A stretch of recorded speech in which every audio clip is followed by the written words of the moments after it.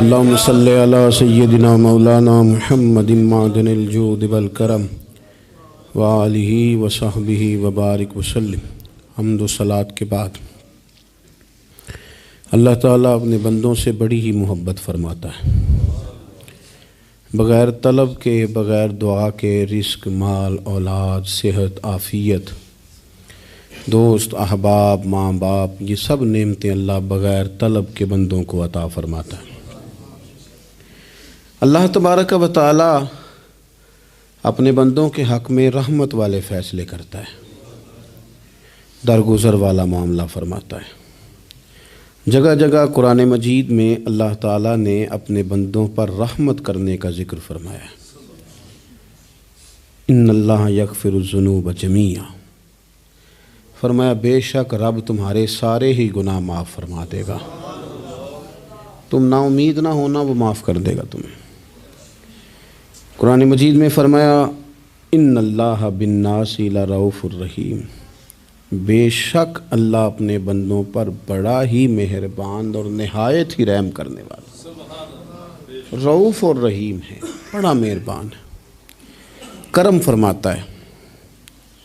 اللہ تعالیٰ اپنے بندوں سے بڑا جلد راضی ہو جاتا ہے، وہ اپنے بندوں کو بہت زیادہ مشقت میں نہیں ڈالتا،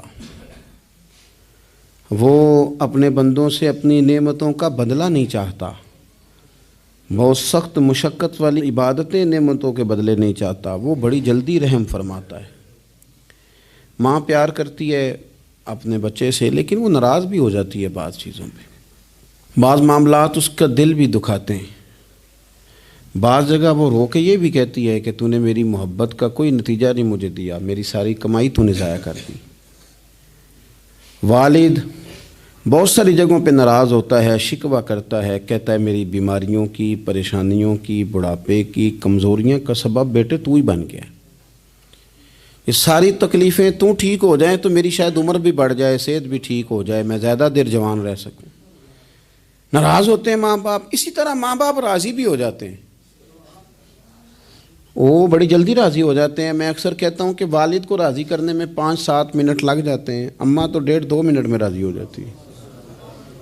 ابا جی کو 5-7 منٹ لگتے ہیں، کئی دفعہ کہنا پڑتا ہے، کوئی دلائل دینے پڑتے ہیں، لیکن والدہ کے لیے تو کچھ بھی نہیں، آپ نیرا جا کے پیروں میں بیٹھ ہی جائیں، کچھ بھی نہ کریں، آپ پورا روئیں نہ، رونے والا منہ ہی بن جائے تو اماں تو نرم ہی نرم ہے، جس وقت جو مرضی آپ کرا لیں ہو گیا۔ اللہ تبارک و تعالی بلا مثال و بلا تشبیہ سمجھانے کے لیے عرض کرتا ہوں، اللہ بھی بعض معاملات میں اپنے بندوں سے ناراض ہو جاتا ہے۔ وہ کہتا ہے میں تکبر کرنے والوں کو پسند نہیں کرتا، وہ کہتا ہے فسادی پسند نہیں ہیں، وہ فرماتا ہے کہ راہوں میں کجی کرنے والے پسند نہیں ہیں، وہ فرماتا ہے کہ بدعہدیاں کرو گے تو میں صبح قیامت تم سے سوالات کروں گا۔ اللہ تبارک و تعالیٰ بہت ساری چیزوں کو ناپسند کرتا ہے، ناراض ہو جاتا ہے، بلکہ نبی پاک صلی اللہ تعالیٰ علیہ وسلم نے فرمایا تم بات کرتے کرتے کوئی ایسا جملہ بول دیتے ہو کہ رب اتنا ناراض ہوتا ہے کہ تمہیں پتہ بھی نہیں ہوتا، تمہارے لیے جہنم کا فیصلہ کر دیتا ہے۔ اس لیے پہلے تولو پھر بولو، خود اپنے لفظوں کی تو تم پہرے داری کرو نا کہ میں کیا کہہ رہا ہوں۔ کوئی ایسا جملہ، کوئی ایسی بات وارث شاہ مان کری نہ وارثاں دا، کوئی ایسی بات نہ تمہاری زبان سے نکلے۔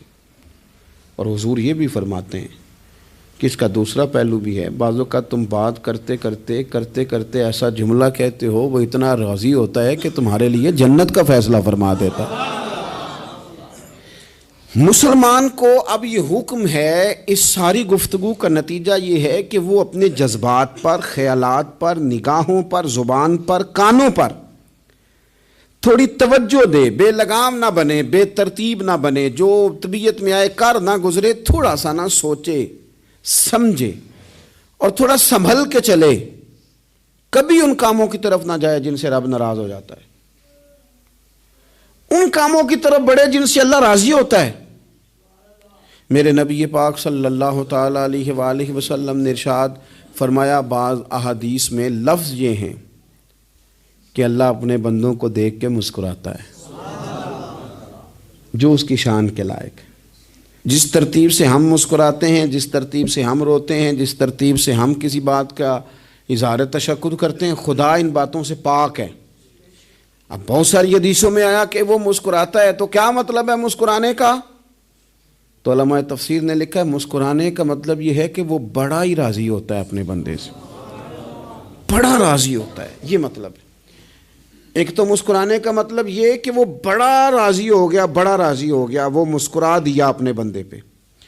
اور ایک اس کا معنی خود نبی پاک صلی اللہ تعالیٰ علیہ وسلم نے بیان فرمایا، مسند امام احمد بن حنبل میں حدیث ہے، حضور سید عالم علیہ السلام سے صحابہ نے پوچھا یا رسول اللہ شہید تو بڑے لوگ ہوتے ہیں، شہیدوں میں افضل کون ہے؟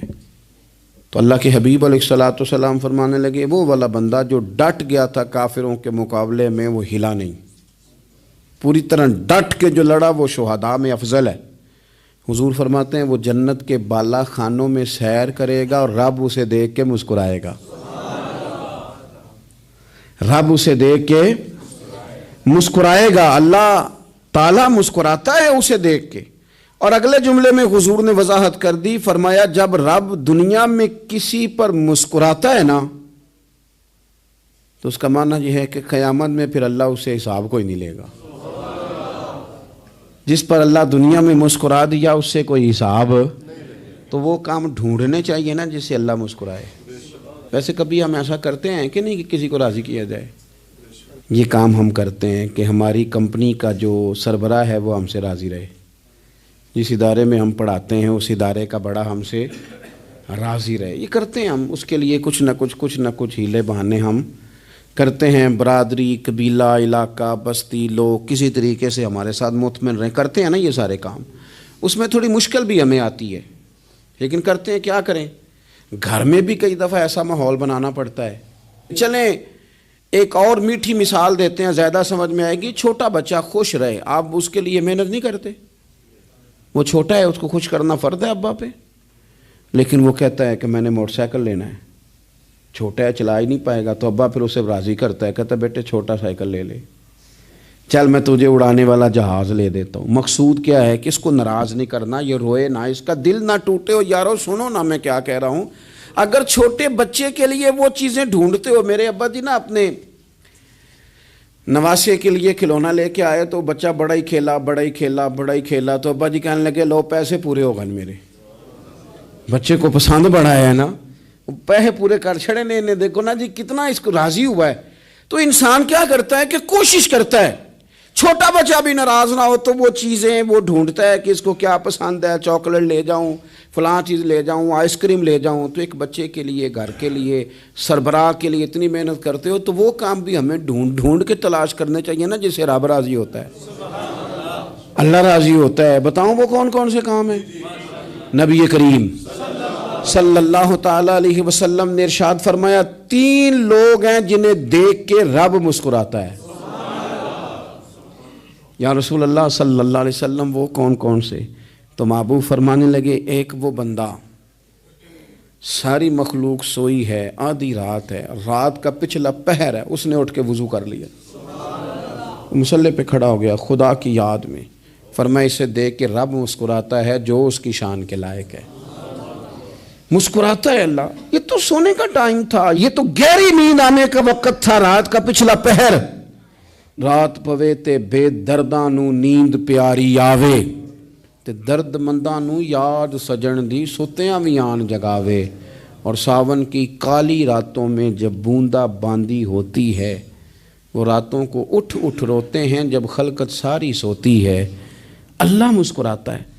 اور سننا میرے بھائی، میرے نبی پاک صلی اللہ تعالیٰ علیہ وسلم فرماتے ہیں جب مسلمان نماز کے لیے صفیں بناتے ہیں نا، ترتیب لگ رہی ہوتی ہے، اب اللہ کی بارگاہ میں کھڑے ہوں گے، قیام کریں گے، رکوع کریں گے، سجود کریں گے، فرمایا جب مومن صفیں بناتے ہیں تو رب دیکھ کے مسکراتا ہے،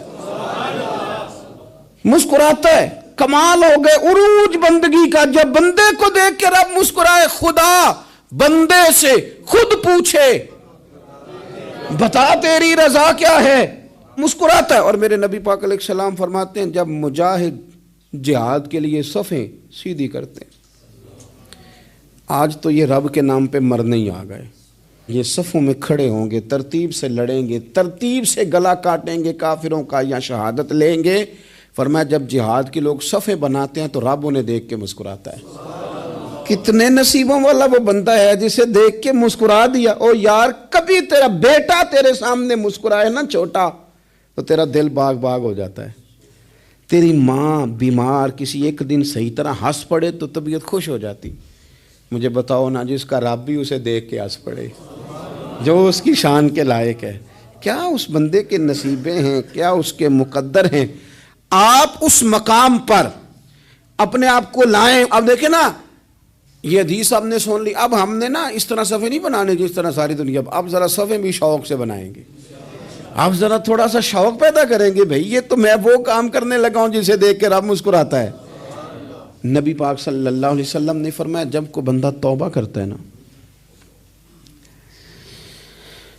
ہم توبہ کا رٹا لگاتے ہیں، یا اللہ میری توبہ یا اللہ۔ اور توبہ کا تو مطلب یہ ہے کہ پچھلے گناہوں سے پکی توبہ، آج کے بعد یہ غلطی نہ کرنے کا پکا وعدہ۔ تو نے ساری شب برات رو کے گزاری ہے، بتا سویرے جھوٹ جوڑنے کا ارادہ ہے تیرا؟ آج کے بعد رشوت تو نہیں نہ لے گا، ملاوٹ تو نہیں نہ کرے گا، یہ توبہ ہے۔ اور اگر سارے کام اسی طرح کرنے تو پھر یہ توبہ کا رٹا ہے، تو جتنا مرضی لگاؤ۔ حضرت علی بن ربیعہ رضی اللہ تعالیٰ عنہ فرماتے ہیں میں مولا علی کے ساتھ تھا، مقام حرہ کی طرف جا رہے تھے، حضرت علی نے ہاتھ اٹھا کے دعا مانگی ہماری تعلیم کے لیے، ورنہ حضرت علی ہم صحابہ کو محفوظ عن الخطا تو مانتے ہیں نا۔ ہاتھ اٹھا کے کہا اے اللہ ہمارے گناہ بخش دے، تیرے علاوہ کوئی معاف کرنے والا نہیں۔ اور پھر حضرت علی آسمان کی طرف دیکھا اور دیکھ کے نا حضرت علی بن ربیعہ کو تو مسکرائے۔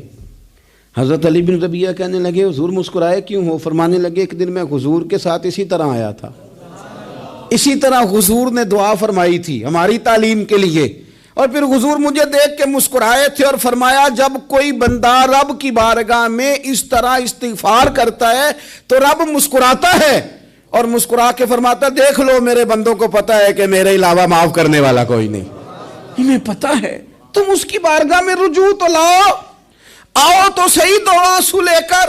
اقبال کہتے ہیں کہ موتی سمجھ کے شان کریمی نے چن لیا، قطرے دو گرے میرے ار کے انفال کے، دو میں نے آنسو بہائے تھے تو اس کے کرم نے تو موتی سمجھ کے چن لیے۔ سنو نا حضور اس استغفار کو اللہ کو یار رات کو توبہ کر کے سونا چاہیے ہمیں۔ کچھ غلطیاں ہم کرنا نہیں چاہتے پر ہم سے ہو جاتی ہیں، کچھ دل ہم توڑنا نہیں چاہتے پر وہ ٹوٹ جاتے ہیں، ہماری مجبوری ہوتی ہے ٹوٹ جاتے ہیں۔ رات کو اس کی بارگاہ میں ہاتھ باندھ کے کشکول طلب دراز کر کے خوب استغفار پڑھنا چاہیے کہ مالک بندے ہیں نا کیا کریں، نفس کا ساتھ ہے، دنیا کا ساتھ ہے، خواہشات نفسانیہ، مالک معاف کر دے۔ درد سے توبہ، رسم نہ ہو، کہانی نہ ہو، لفظ نہ ہو، جملے نہ ہوں، اور جناب ایسے لوگوں کے بیچ بڑے ہاتھ باندھ کے اور بڑا کوئی ضرورت نہیں، آپ اکیلے اپنی چارپائی پہ بستر کے اندر منہ دے کے بھی درد سے کہیں گے نا معاف کر دے تو وہ تو مہربانی بڑا ہے۔ میرے نبی پاک صلی اللہ علیہ وسلم مثال دیتے ہیں، فرمایا ایک آدمی صحرا میں جا رہا، صحابہ سے حضور خطاب کر رہے ہیں، فرمایا ایک آدمی صحرا میں جا رہا تھا، اس نے اپنی اونٹنی پہ کھانا پانی پیسے ہر چیز رکھی ہوئی تھی، صحرا تھا بہت بڑا، درمیان صحرا کے گیا تو تھوڑا سا سستانے کے لیے آرام کرنے کے لیے اونٹنی سے نیچے اترا، اب اس نے اونٹنی کی لگام اونٹنی کی نکیل اپنے سرہانے کے نیچے رکھی، ہاتھ کے ساتھ پکڑی اور سو گیا۔ تھوڑی ہی دیر کے بعد جب اس کی آنکھ کھلی تو دیکھا اونٹنی غائب ہے۔ صحرا میں وہ پیدل نہ آگے جا سکتا ہے نہ پیچھے جا سکتا ہے، نہ دائیں نہ بائیں، کھانے کو روٹی نہیں، پینے کو پانی کا قطرہ نہیں، تھوڑا ادھر بھاگا ادھر بھاگا، تھک گیا۔ کریم محبوب فرماتے ہیں وہ پوری طرح نڈھال ہو گیا اور مایوس ہو گیا، معاذ اللہ، مایوس ہو کے دوبارہ اسی جگہ آ کے لیٹ گیا جہاں پہلے لیٹا تھا، انتظار کرنے لگا کہ اب موت ہی آئے گی، آخری وقت ہے، اب نہ میں پیدل یہ صحرا کراس کر سکتا ہوں، نہ پیچھے جا سکتا ہوں، نہ کھانا ہے نہ پانی ہے، سوائے موت کے کوئی سہارا نہیں۔ حضور فرماتے ہیں وہ رستے میں دوبارہ لیٹ گیا، اچانک اس نے رخ بدلا تو اونٹنی سامنے کھڑی تھی۔ حضور نے صحابہ سے پوچھا بتاؤ نا اسے بھلا کتنے کو خوشی ہوگی؟ یا رسول اللہ جی سے نئی زندگی مل گئی ہے۔ آپ دیکھیں نا سارے ڈاکٹروں نے کہہ دیا کہ اس کے تو گردے معدہ جگر ہر چیز ختم ہے، گھر لے جاؤ خدمت کرو، ہر طرف پریشانی ہے. وہ بندہ بھی سمجھ گیا ہے کہ آخری وقت آ گیا, کل جاؤں پرسوں جاؤں, تیاری ہو گئی, سب لوگ آ گئے, باہر والے بھی آ گئے, یہ ماحول ایک عجیب رنگ اختیار کر گیا. اچانک ایک ڈاکٹر نے آ کے کہا نہیں غلطی لگ گئی تھی. مجھے بتائیے انداز کیا ہوتا ہے؟ بغیر دوائی کے بندہ اٹھ کے کھڑا نہیں ہو جاتا. او میں تو بچ گیا ہوں. نبی پاک صلی اللہ علیہ وسلم فرمانے لگے اس کی اونٹنی مل گئی. بتاؤ بھلا اسے کتنی خوشی ہوگی. یا رسول اللہ وہ تو دوبارہ دنیا میں آ گیا. حضور فرمانے لگے اسے کچھ بھی خوشی نہیں ہوئی. جب کوئی رب کا گناہگار بندہ آ کے توبہ کرتا ہے, رب کو اس سے کئی گنا زیادہ خوشی ہوتی ہے. میرا بندہ آ گیا ہے, میرا بندہ آ گیا ہے, میرے گھر آ گیا. اس نے آنسو بہائے ہیں. اس نے کہا اللہ میں تیرا ہی ہوں, تیرا ہی رزق کھاتا ہوں, تیری ہی زمین پہ رہتا ہوں, تیرے نام سے میری سانسیں چلتی ہیں. وہ آ گیا. فرمایا اس اونٹنی والے سے زیادہ رب کو خوشی ہوتی ہے جب گناہگار آ کے توبہ کرتا ہے. گناہگاروں کے آنسو اس کی بارگاہ میں بڑے مقبول ہیں, لیکن ہم رسم ادا کرتے ہیں, توبہ نہیں کرتے. ہم اپنے آپ کے ساتھ دھوکہ کرتے ہیں, جھوٹ بولتے ہیں. ہم بندہ کوئی ناراض ہو جائے تو ہمیں کو نہیں نیند آتی, اس کے گھر چلے جاتے ہیں. ہم اپنے سارے رشتوں کو, تعلقات کو مینٹین کر کے رکھنے کے عادی ہیں. ہمیں پتہ ہے کہ وہاں میں نہیں جا سکا تو بیٹا بھیجتا ہوں, فلاں شادی پہ میں نہیں جا سکا تو بھتیجا بھیجتا ہوں, بھائی بھیجتا ہوں. ہر تعلق کا ہم نے خیال رکھا کوئی روٹھ نہ جائے. لیکن کمال ہے نا, یہ نہیں سوچا کہ اگر رب روٹھ گیا تو جب وہ روٹھ جائے نا تو سارے رشتے بھی بندے کے پاس موجود ہوں تو کوئی کارآمد نہیں ہوتا. پھر کروڑوں روپیہ جیب میں ہوں تو ڈاکٹروں کی دوائیاں اثر نہیں کرتی. وہ روٹھ جائے تو پھر انسان اس طرح سے پھسلتا ہے کہ بڑے بڑے اس کے پاس دروازے ہوتے ہیں پر کسی جگہ اس کا ہاتھ نہیں لگتا. خدا را خیال کریں, دنیا روٹتی ہے تو روٹھ جائے, رب رسول ناراض نہ ہونے پائیں, اس کا خیال کریں. حضور فرماتے ہیں وہ مسکراتا ہے, اسے خوشی ہوتی ہے جب کوئی اس کا بندہ اس کی طرف رجوع کرتا ہے. میرے عزیزو, رسول پاک صلی اللہ تعالی علیہ وسلم نے ان لوگوں کے تذکرے کیے جنہیں دیکھ کے رب مسکراتا ہے. ہم نا گناہگاروں پر بھی فتویٰ دینے میں جلدی کرتے ہیں اور نیکی پر بشارت دینے میں بھی جلدی کرتے ہیں, حالانکہ یہ ہماری ذمہ داری نہیں. پتہ نہیں اللہ تعالیٰ کس کو کب توفیق توبہ دے کے اپنے قریب کر لے, لیکن بڑی جلدی ہے, بڑی جلدی فتویٰ دینے میں. اور یہ فتویٰ اب صرف مفتیوں کا نہیں رہ گیا, یہ میری طرح کے, آپ کی طرح کے ڈھیروں لوگ ہیں جنہوں نے جیبوں میں فتوے ڈالے ہوئے. بھئی آپ نے کیوں ذمہ داری لے لی ہے جنت میں داخل کرنے کی اور نکالنے کی؟ یہ تو میرے رب کریم کا کرم ہے, وہ جس کو چاہے جب چاہے جتنا چاہے عطا کرے. لیکن کچھ لوگ نا بڑے پکے ہو گئے ہیں کہ شاید جو میں سوچ رہا ہوں وہی درست ہے. کبھی کبھی کچھ چیزیں عجیب بھی ہوتی ہیں, لہذا خدا کی رحمت پر بھروسہ کر کے بات کرنی چاہیے. اپنی مرضی کے فتوے نہیں داغنے چاہیے. وہ دیکھو جی فلانا بندہ یوں کر رہا ہے, آپ کو پتہ ہی نہیں پوری بات کا, آپ کو علم ہی نہیں پوری بات کا. حضرت بہاءاللہ نقشبند بخاری رحمۃ اللہ علیہ فرماتے ہیں میں حج کرنے گیا تو وہاں میں نے ایک آدمی کو کروڑوں کا کاروبار کرتے دیکھا تو میرے دل میں خیال ہے یہاں بھی اللہ اللہ کرنی چاہیے تھی, دنیا داری کر رہا ہے. لیکن فرماتے ہیں حج سے فارغ ہوئے تو میں نے دیکھا وہی بندہ سارا کچھ رب کی بارگاہ میں خیرات کر رہا ہے اور سینکڑوں غریب حاجی ہیں جن کو پورے خرچے دے رہا ہے. تو میں نے وہی اپنی سوچ سے توبہ کی کہ میں کہاں تھا. بڑی جلدی کھڑے نہ ہو جائیں. حضرت حسن بصری رحمۃ اللہ تعالیٰ علیہ ارشاد فرماتے ہیں کہ میں دریا کے کنارے گیا تو وہاں میں نے ایک شخص کو دیکھا, وہ اپنی ایک خاتون کی گود میں سر رکھ کے بیٹھا اور قریب ایک بوتل بھی پڑی ہے. میرے دل میں معاذ اللہ خیال آیا کہ دیکھو کس انداز میں ایک عورت کے ساتھ یہ ہے اور پاس بوتل بھی پڑی ہے, جانے شراب ہے. کہتے میں سوچ ہی رہا تھا کہ اچانک کی کشتی آ رہی تھی دریا میں, وہ ہجکو لے کھائے, کشتی میں 4-5 لوگ تھے, وہ دریا میں ڈوبنے لگے.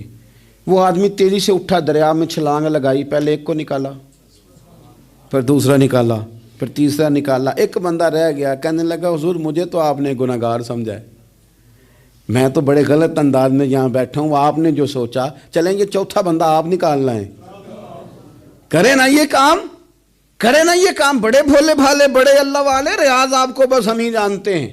اتنی جلدی فتویٰ.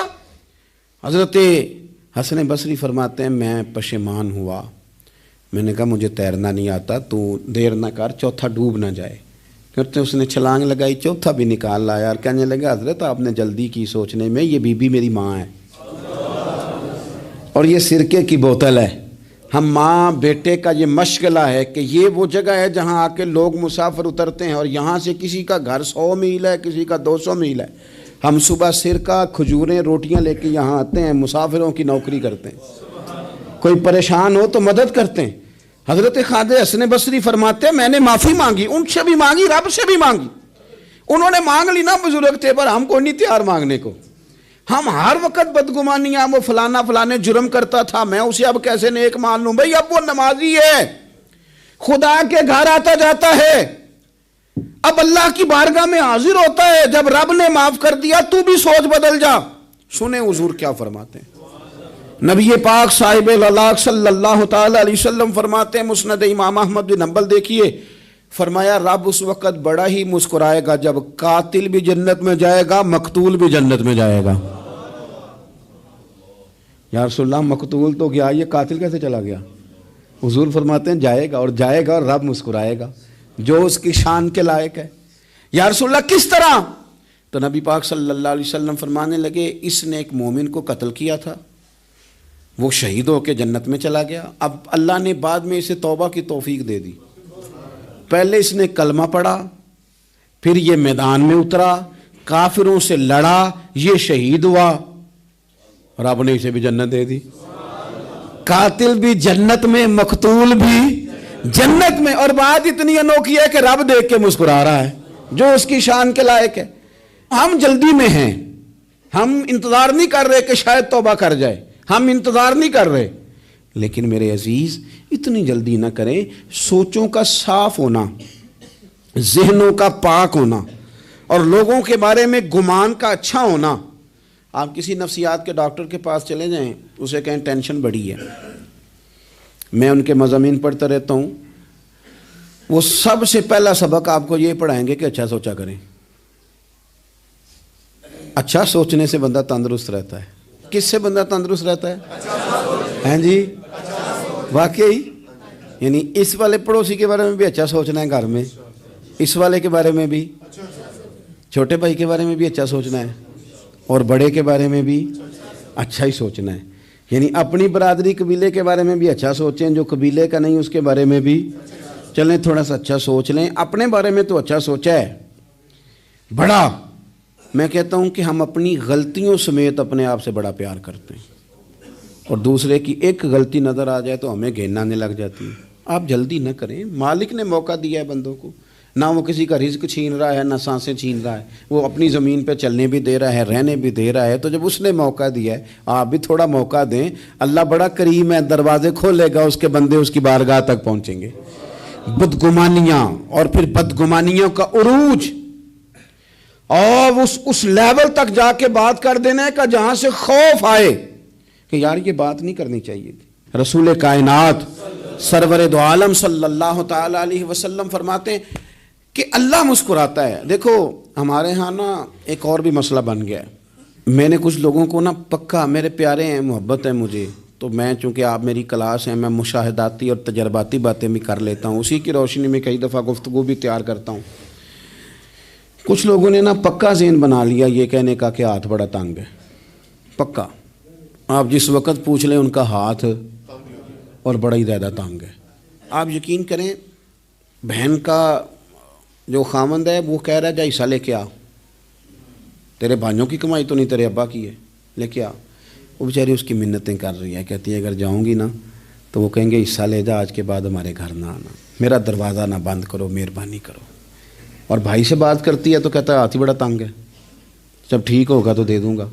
نہ کریں یہ ظلم، ہمارے اپنے تڑپتے رہتے ہیں اور ہماری دولتیں اندر پڑی رہتی ہیں، ہمارے اپنے چھوٹی چھوٹی ضروریات کے لیے پریشان ہوتے ہیں، لیکن ہم بڑے بڑے بہانے ہیں ہمارے پاس، کہتے ہیں یہ نکما ہے، یہ نکھٹو ہے، یہ کام نہیں کرتا، اس میں فلانا ہے، بے فلانا ہے، بلے میں نے نہیں ساتھ چلنا۔ اظہار جب آپ کے اندر پیدا ہوتا ہے نا، اظہار جب کسی کے لیے آپ حساس ہوتے ہیں تو آپ کو بھی سرور حاصل ہوتا ہے۔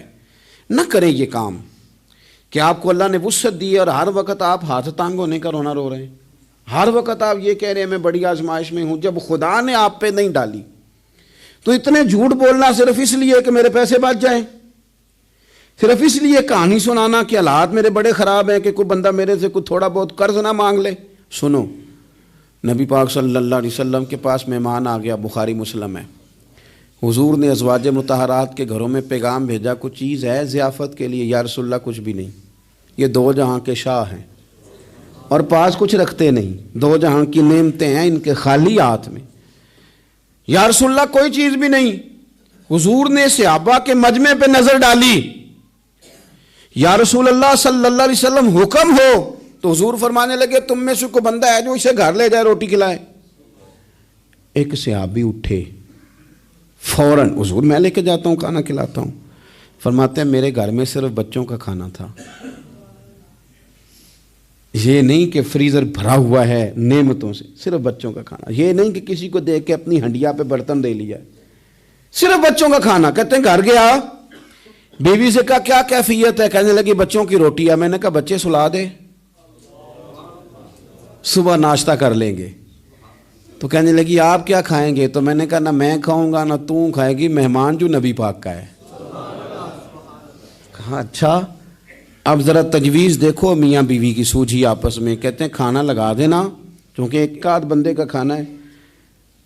اپنی غربتوں کا ہر جگہ اظہار کرنا، رونا رونا، یہ دیکھو غربت کیسے چھپائی جا رہی۔ اس کو کہا نہیں کہ چل تو تھوڑا رحم کھا، تو آیا ہے تو تھوڑا رحم کھا، یہ نہیں کہا۔ کہا اٹھ کے نا تو کھانا رکھنا اور اٹھ کے نا چراغ ٹھیک کرنے کے بہانے بجھا دینا۔ ہم دنیا والوں کے سامنے کیوں اپنے دکھ بیان کریں؟ ہم جو کہیں گے رب رسول کی بارگاہ میں کہیں گے۔ تو نا چراغ ٹھیک کرنے کے بہانے، اہلیہ اٹھی، کھانا دینے کے بعد چراغ ٹھیک کرنے کے بہانے بجھا دیا۔ خامد بھی ہاتھ چلاتے رہے، بیوی کبھی برتن رکھتی کبھی اٹھاتی، پتہ چلے کہ کھانا کھا رہے ہیں، کھانا کھایا جا رہا ہے۔ کہتے ہیں مہمان پیٹ بھر کے کھانا کھا گیا۔ یہ کام ہوا رات کے اندھیرے میں، اس وقت ہوا جب چراغ بھی بند تھا، اس وقت ہوا جب کوئی دیکھنے والا نہیں تھا، کسی پڑوسی کو بھی خبر نہیں تھی۔ فرماتے ہیں صبح کے اجالے میں اس مہمان کو لے کے مسجد نبوی میں نے قدم رکھا تو نبی کریم نے فرمایا رات جو تم نے کام کیا ہے نا اسے دیکھ کے میرا رب بڑا مسکرایا ہے، اللہ بڑا مسکرایا ہے۔ اللہ تر دامنی پہ شیخ ہماری نہ جائیے، ہم دامن نہ چھوڑ دیں تو فرشتے وضو کریں۔ یہ شان ہے صحابہ کی۔ نبی کریم علیہ السلام نے فرمایا رب رات مسکرایا تیرا یہ انداز دیکھ کے، اور اس نے قرآن نازل کیا وَيُؤْثِرُونَ عَلَىٰ أَنفُسِهِمْ وَلَوْ كَانَ بِهِمْ خَصَاصَةٌ۔ کچھ لوگ وہ ہیں جنہیں بڑی بھی ضرورت ہو تو دوسروں پر احسار کر دیتے ہیں، قربانی دے دیتے ہیں۔ رب مسکرایا ہے، اندر پیسے رکھے ہوئے ہیں، اندر پیسے رکھے ہوئے ہیں، اور بہن آ کے منت کر رہی ہے کہ بھائی حالات بڑے خراب ہیں، تھوڑی سی مہربانی کر۔ تو کہتے ہیں بہن پردہ ہی ہے بس، کیسے بتاؤں تجھے حالات، تجھے کیا بتاؤں کام کتنی مشکل سے چلتا ہے، یہ پردہ یہ بس۔ بہرحال اگر تو نے کہا ہے نا 50,000 تو میں زیادہ نہیں کوئی 20 کو دے دوں گا تجھے، وہ بھی خاصی نیکی کر کے، وہ بھی بتا سکھا کے۔ رات اماں پہ علیحدہ سے احسان چڑھاؤں گا، ابا پہ علیحدہ سے چڑھاؤں گا کہ تمہاری بیٹی کے ساتھ تعاون کر رہا ہوں، سارے علاقے کو ویسے ہی بتاؤں گا۔ اور وہ غریبنی بیچاری 20,000 لے کے گھر گئی ہے، پہ سفارشیں کر رہی ہے کہ مہربانی کرو۔ میں نے ایسے بھی دیکھے ہیں جو پہلے بیوی کو پکڑاتے ہیں تو دے، اس لیے کہ پھر وزیر اعظم تو ڈنڈا نکال لے گا تو بڑا مشکل ہو جائے گا پھر گھر میں رہنا، لہذا وہ یہ تو آگے لگ۔ یہ کیا لہجہ ہے آپ کا؟ یہ تو کسی کو بھی دیں تو چھپا کے دینے کا حکم ہے، کسی کو بھی دیں تو ہمیں حکم یہ ہے کہ سیدھے ہاتھ سے دینا ہے، الٹے کو خبر۔ اور یہ جو بالکل ہی اپنے ہیں ان پر تو پردہ پوشی آپ کے لیے ویسے ہی ضرورت تھی۔ میرے عزیز، رب مسکراتا ہے۔ میرے نبی پاک علیہ السلام نے یہ اعمال ہمیں بتائے جن پر اللہ مسکراتا ہے، خوش ہوتا ہے۔ اور بعض لوگوں کو حضور نے نامینیٹ کیا، حضرت سعد بن معاذ رضی اللہ تعالیٰ عنہ عظیم صحابی تھے۔ یہ وہ خوبصورت صحابیاں جن کے جنازے کو کندھا میرے نبی پاک نے عطا فرمایا، حضور نے کندھا عطا فرمایا۔ کمال ہو گئی، نرخ بازار محبت کا انوکھا ہی ہو گیا، خود خریداروں میں شامل آ کے مولا ہو گیا۔ حضور نے کندھا دیا۔ حضرت سعد بن معاذ رضی اللہ تعالیٰ عنہ کا جب جنازہ اٹھا، ان کی والدہ رو پڑی، بڑے درد سے روئی، ماں تھی نا، ان کی آواز جب حضور تک گئی تو نبی پاک نے فرمایا آنسوؤں کو روک لے، آواز کو کم کر لے، تیرے بیٹے کی تو جب روح پرواز ہوئی ہے تو رب مسکرایا ہے، جس کے آنے پہ رب راضی ہو مسکرا دے جو اس کی شان کے لائق ہے۔ یہ تو وہ لوگ ہیں کہ جن کے جانے پر نا رب، وہ کسی نے کہا تھا کہ میرے مرنے پہ ہر سو شور مچ جائے گا، دیکھو گے میرے مرنے پہ ہر سو شور تمہیں پتہ چل جائے گا جب ہم جائیں گے، میرے مرنے پہ ہر سو شور مچ جائے گا دیکھو گے، اور کہنے الوداع سرکار خود تشریف لائیں گے۔ اور درویش کہنے لگے بعد مرندے مکھڑا میرا ہو جاوے جے تازہ، پھر سمجھ لینا محبوب میرے نے آن پڑے ہے جنازہ، اور عاشق کا جنازہ ہے۔ ذرا دھوم سے نکلے اور محبوب کی گلیوں سے ذرا گھوم کے نکلے۔ فرمایا کہ ان کے تو جانے پہ رب کریم، اور حضور نے ایک دعا بھی دی۔ حضرت طلحہ رضی اللہ تعالیٰ عنہ صحابی تھے، ان کا وصال ہو گیا تو حضور نے دعا بھی دی۔ فرمایا یا اللہ جب میرا طلحہ ہے نا تو اس سے مسکرا کے بات کرنا، یہ تجھ سے مسکرا کے بات کرے جو تیری شان کے لائق ہے۔ تو اللہ تعالیٰ غائب درجے راضی ہوتا ہے۔ ایک دفعہ پھر بات دہراتا ہوں، جو میدان میں ڈٹ کے شہید ہو رب اسے دیکھ کے مسکراتا ہے جو اس کی شان کے لائق، جو توبہ صحیح کریں سچی کریں رب انہیں دیکھ کے مسکراتا ہے جو اس کی شان کے لائق ہے، جو نماز کے لیے صفیں بنائے رب انہیں دیکھ کے مسکراتا ہے، جو جہاد کے لیے صفیں بنائے رب دیکھ کے مسکراتا ہے، جو لوگ صبح پچھلے پہر اٹھ کے عبادت کریں رب انہیں دیکھ کے مسکراتا ہے، اور جو کبھی کبھی بھوکے رہ کے دوسروں پر قربان کر کے احسان کر دیں رب انہیں دیکھ کے مسکراتا ہے۔ بہت بڑی فضیلت ہے۔ اللہ ان سارے کاموں میں سے کسی ایک کام پہ ہمیں بھی لگا دے تاکہ یہ بڑی فضیلت اللہ تعالی ہم گناہگاروں کے حصے میں بھی فرما دے۔ آخر دعوانا ان الحمد للہ رب العالمین۔